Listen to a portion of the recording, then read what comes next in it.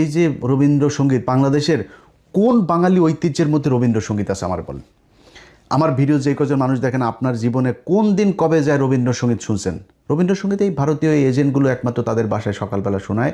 এরা এটারে বিশাল আকারে আহা রে শিখি খান রে এগুলি এই করে, এটা ওদের বানানো। এইখানে যেই প্রাণীগুলো তৈরি করা হয়, চিন্তা করেন কত সুকৌশলে আপনার এটা করা হয়। পেঁচা আমার বাঙালি ঐতিহ্যের সাথে কি? পেঁচাকে কেন বাছাই করা হয়েছে? পেঁচা হচ্ছে ওদের লক্ষ্মীর বাহন। আচ্ছা, ময়ূর, ময়ূর হয়েছে ওদের কি? এক হইল ভারতের জাতীয় পাখি, আরেক হইল গিয়া এইটা হইল ওদের কার্তিকের বাহন। সূর্য, সূর্য দেখবেন বড় করে সূর্য করে একটা, কারণ কি এটা ওদের, এটাকে ওরা পূজা করে।